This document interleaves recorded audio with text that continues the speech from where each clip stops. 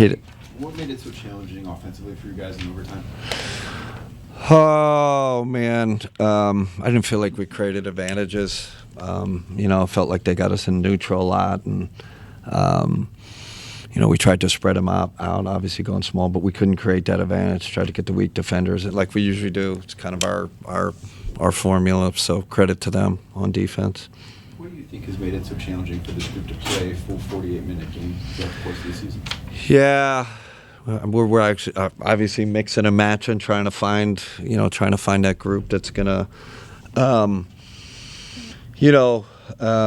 is gonna have that consistency. I did like that group we found at the end. We threw Tyrese in there. I thought he gave us some really good minutes. So we did find the small ball stuff a little bit, which I thought, I think we're gonna need. With Evan out and Jay trying to get his rhythm. So, I look at the positive sometimes. You find something in games like these. You find something that can help you. Unfortunate in a loss, but I did feel like we found some of that small ball lineup stuff. Mike? On the side out of bounds play at the end of regulation, Lonzo was taking it out, and during the play, you could see his body like, oh. I'm not sure what necessarily didn't go with it. Was that the DG turnover? No, it was with 4 seconds left when the last shot attempted regulation. It looked like Darius went to the corner, and I'm not sure if Lonzo was expecting something else to happen, but kind of. No, that's exactly how we drew up. Okay. Donovan getting to his right hand, mid-range. We won a game on that last year. Went to the same.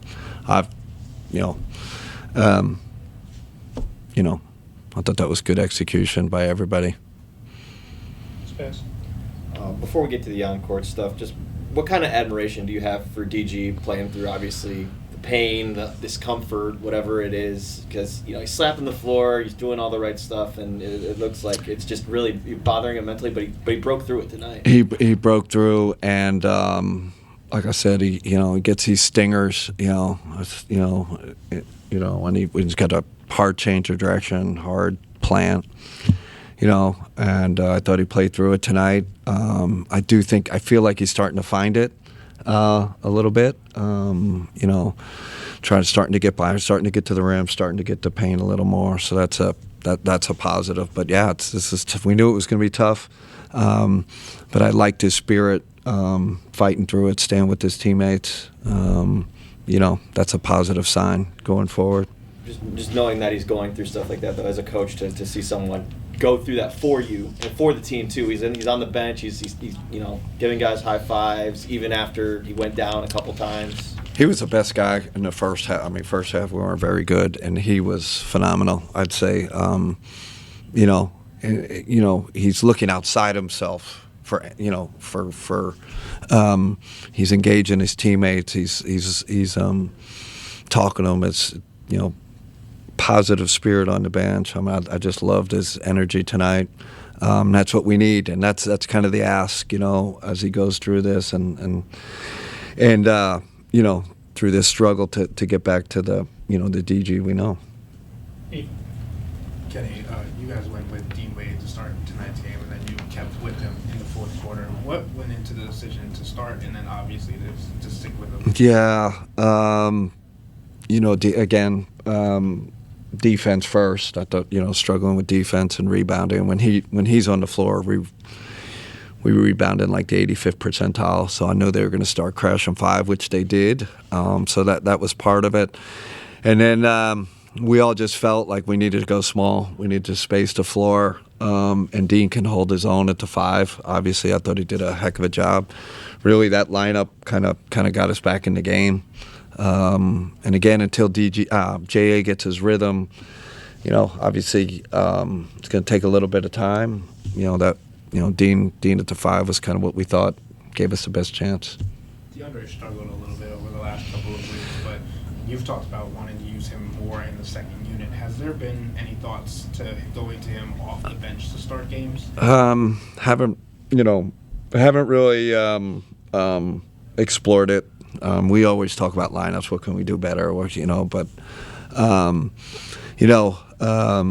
Listen, I always point the finger at myself. You know, how can we put him in better positions? How can I get him with better lineups? Something we got to look at because we need him. We got to get him,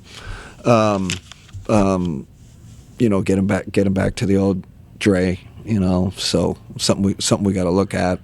Again, I look at it like it's on me to find the combinations. Right now, we're not finding the combinations that fit him best. So, you know, this is everything's always on the table. You know, so we'll look at it, Ethan. Last one, Dan. Kenny, was there thought to fouling when you guys were? Yes, that we're a foul team.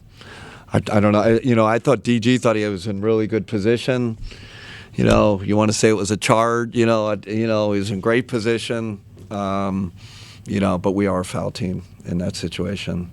But you know, sometimes your players got to feel the game and what they thought. I think he thought he was in great position. I don't know. In this league, you can just go through guys and